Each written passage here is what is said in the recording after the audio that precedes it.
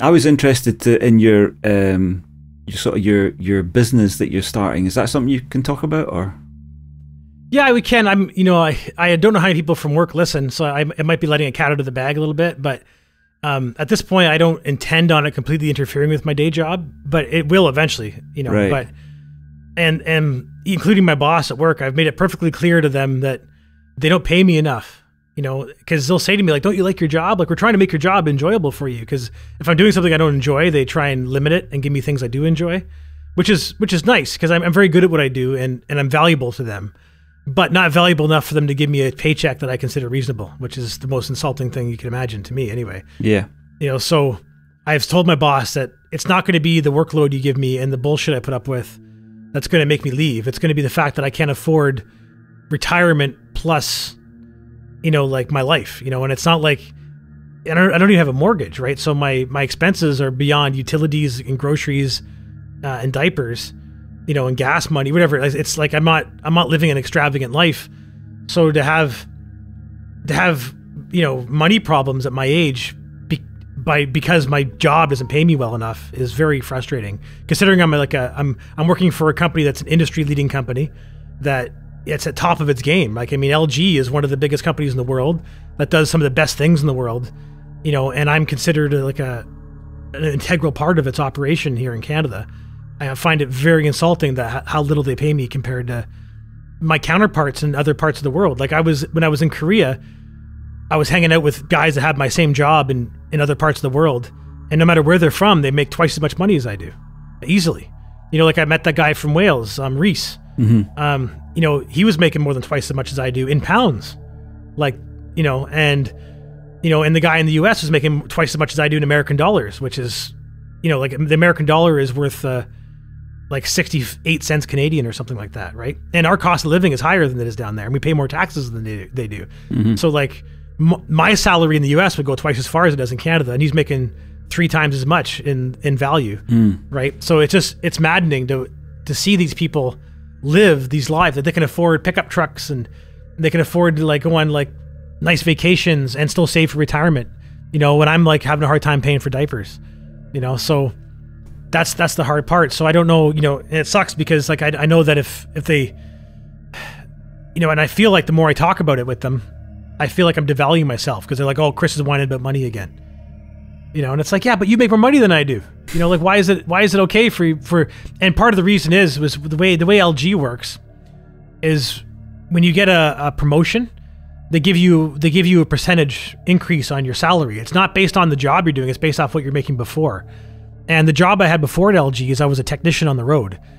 And the technicians on the road get paid differently than guys who don't work on the road, right? So, for example, I had a base salary as a technician that was very low, but I got paid monthly bonuses based on my performance.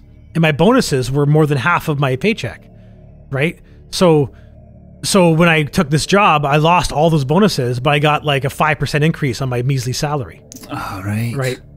So, and I'm supporting guys that make twice as much money as I make, right? So if I got hired into this job, I'd be making a good salary, but because I got promoted into the job, I'm making a crappy salary.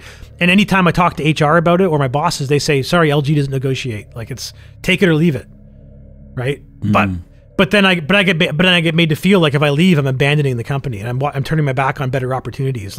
In the future, I'll make more money. And it's like, yeah, but that doesn't matter. The future is nothing. The future doesn't exist. Now is all that matters, right? Yeah, God, yeah. So and it sucks because I took solace 2 years ago when I stopped fixing appliances and got off the road. I took a very comfortable feeling getting into this job, thinking I don't have to worry about my physical body anymore. I could lose my legs and still do my job. I could, and I was dealing with gout attacks and whatnot at the time too. So it was and my eye was at a really bad shape at that point. So I was having a hard time functioning as a technician. And now my gout has been under control for a while now, and I think I hope I got a handle of it. And my eye has been getting better to the point where I can fix appliances just fine again. So that's why I've started this company, Antigonish Appliance Repair, which is Antigonish is the town that's 20 minutes down the road from me. Right. And I live in Antigonish County, and I keep hearing about how there's no good help around here for appliance repair. That's why I fix my neighbors' appliances. I fix friends' appliances in the city or in the town and everything. And so I made a Facebook page 4 days ago announcing that I have this company, and I've already have 250 followers from town. People like, which is, I've had a Facebook account for Deaf by Design for 5 years. I have 3 followers. Yeah. You know, so yes. so so it's clear that I'm much more valued as a technician than I am as anything else. And I, like I've said, I miss the being out of the house, right? Like I miss being outdoors a lot. I miss being in my van, driving around the countryside. And I never got to experience appliance repair in Nova Scotia. I used to do it in Ontario. I used to do it in Toronto at certain points, right? So I'd be in traffic all day long. For me to be in the countryside would be like a rare experience, maybe like once a week or something like that. Whereas now, that'll be every day. Like I'll be driving through the country every single day, driving along the coast, seeing deer and bear and bald eagles everywhere I go. So that's something I know I'll appreciate, but the biggest motivation is financial. That's the only reason I'm really doing it. Otherwise, I'd continue to do my job happily, and I would be a good soldier. But I'm not being compensated for it, so it's unfortunate. And the sad thing is I could see myself coming back to LG in 5 years and negotiate a reasonable salary, because they'll negotiate with a hire, but they won't negotiate with a current employee. That's fucked up. That's bureaucracy gone mad. It is. This is what fucks everything up. I've got this theory. It came from Jerry Pournelle, who has this theory, the Iron Law of Bureaucracy. I think I've talked about it before, but in the context of this conversation, it's quite pertinent. That the bureaucracy takes over. So you've got the company has a function, and then there's all the people who are required to keep the function going and keep everybody sort of going in the same direction, and eventually that takes over. And the function of the company is lost, and the bureaucracy takes over. And what you're suffering from is a symptom of that. It's like, well, we don't do that. Well, but you've got to treat individuals as individuals and not as all as a package. You've got to look at individual circumstances and try and figure it out and try and make it as good for everybody as you can. And of course, they would have all kinds of justifications for not doing that. I'm sure you've had these discussions with your HR department or whoever. They've got all kinds of justifications and things that they can bring in, and they can point to policy, and they can, they can tell you it's a tough world, and if you don't like it, leave, and all this kind of stuff that they used to tell us. But the idea to them, it never occurs to them that you might be a principled person who actually wants to do the job as it's supposed to be done. They don't care. They don't care about that because they've never had to do it. They don't understand it. They don't understand the pressures. They don't understand the kind of things that you need. Even down to designing the way that in my case, when I used to work, designing the software, designing the procedures that you used. These people would come into our place from university or from somewhere else, and brought in above you and try to tell you what your job is, and they've got like no experience at all. And when you try to explain to them that it doesn't work like that and you need something else, you're fighting against the tide. That's why I was so glad to leave in the end. It was impossible to make headway against it. And I met my friend, and I went for a walk in the woods out in East Lothian, me and Ali and the dog, and there's this character walking towards us, and I thought, oh, that's Will. He's just very strange to meet him out there, but he was saying, it hasn't changed since I retired. He still works there, and it's so sad. You got all these brilliant people, and people like yourself, that are as you say, you would be a good soldier. You would do it. You would do what they want you to do, but in your case, you couldn't afford it. In my case, I couldn't stand it. I had to. In fact, in 2018, they had been making it plain for a long time. They wanted people like me to leave, old people, people in their 50s. They wouldn't promote any of us, and if you didn't like it, just leave, and retire as soon as possible. And in 2018, which was 2 years before I was supposed to retire, they just made it financially impossible for me to refuse. It was so financially beneficial, and not hugely, not like I've got millions of pounds or anything, but it was.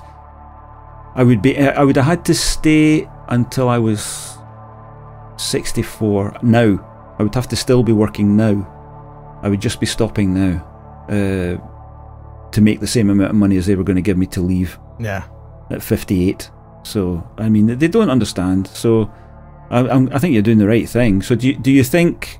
Have you had inquiries? Do you think you'll be fixing stuff for people that way soon, or how do you think it will go?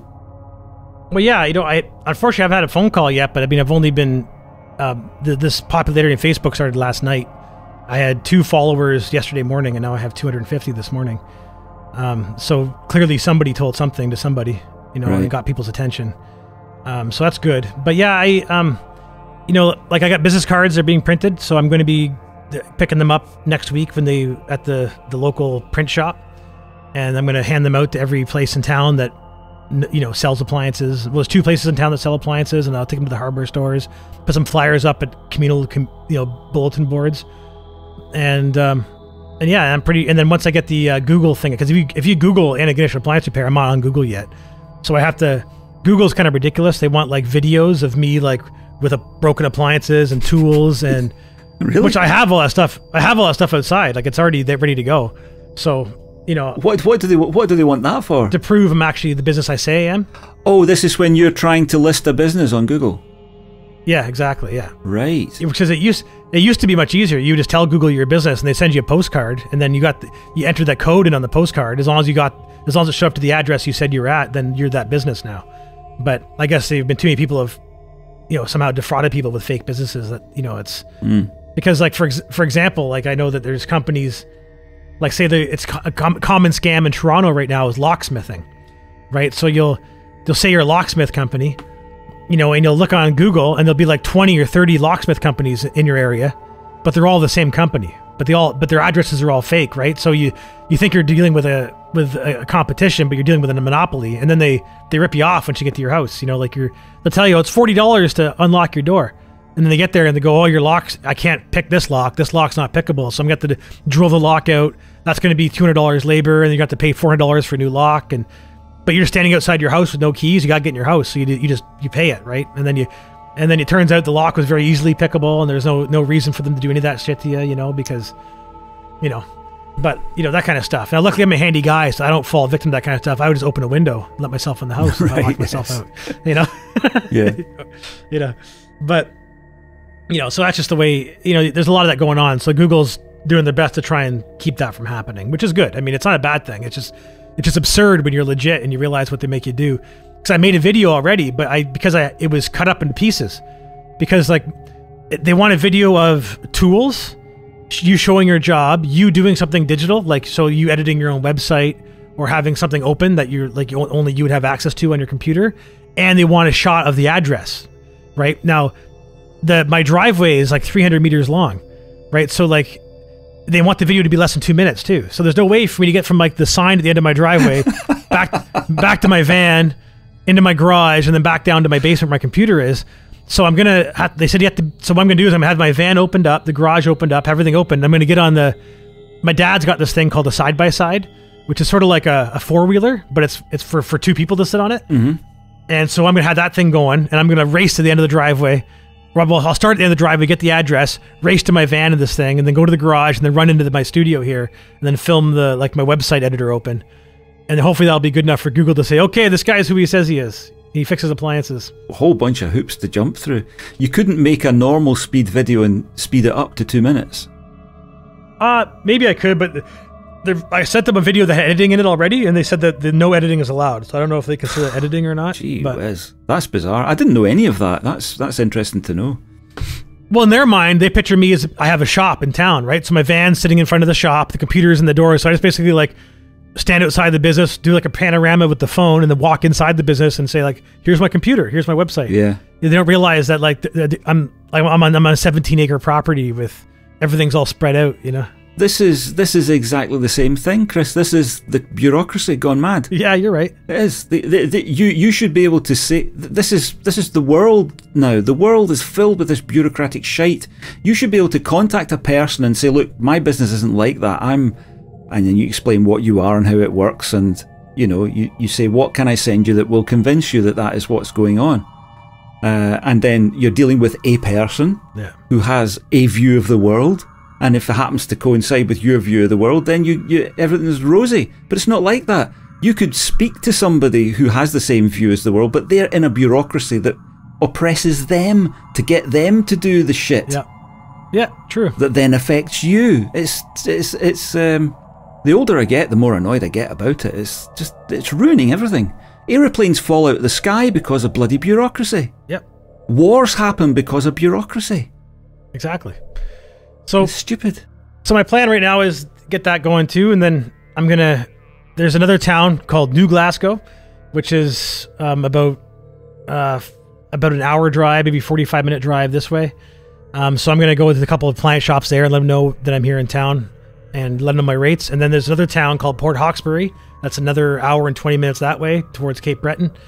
And I'm going to give them my cards and whatnot and advertise it. But I'm hoping to get most of my business in Antigonish.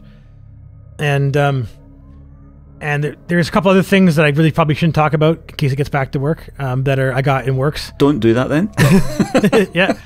And but I'll be able to talk about that more in the near future. But if things go, because right now my plan is to work 5 p.m. to 9 p.m. after work. So I'll do like 4 hours after work every day if I can do it, and then work full days on the weekend. Yeah. So I'll be working like 14-hour days, 7 days a week. To get this thing going. And then once I get to that level of doing the 14 hours a day, 7 days a week, then that's when I'll have to call LG and say, look, I can't do both. So yeah. And I'm not going to close my business for any sort of raise you're willing to give me, and who knows, maybe they're like, okay, here's a 40% raise or actually, I don't know if that'd even be enough, to be honest with you. It'd probably have to be an 80 to 100% raise. It'd probably be all I could accept at that point, even consider going backwards. If you break the dam of their resistance, always go big. Yeah. Because they probably would respect that more than if you go small. Yeah. If you say I need double what I'm getting in order to still do this for you, then that impresses. If you've broken through the bureaucracy and you're just dealing with a person at that point, that's been my experience anyway. It's something I notice a lot of people, especially a lot of creative people, a lot of maybe not so much business people. I think a lot of small business people do it too. They undersell themselves constantly. Yeah. They don't realise. I had this conversation with my friend who's publishing something on Kindle, and if you charge £2 on Kindle, Amazon takes 30%. But if you charge £1, Amazon takes 70%. Wow. So who knows why?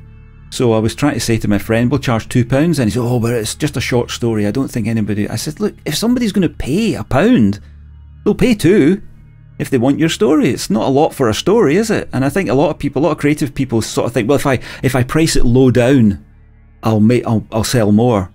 No, I don't think so. Price it at what you need to price it at. I have 2 albums on Bandcamp that are free, and people don't even take those. Yeah,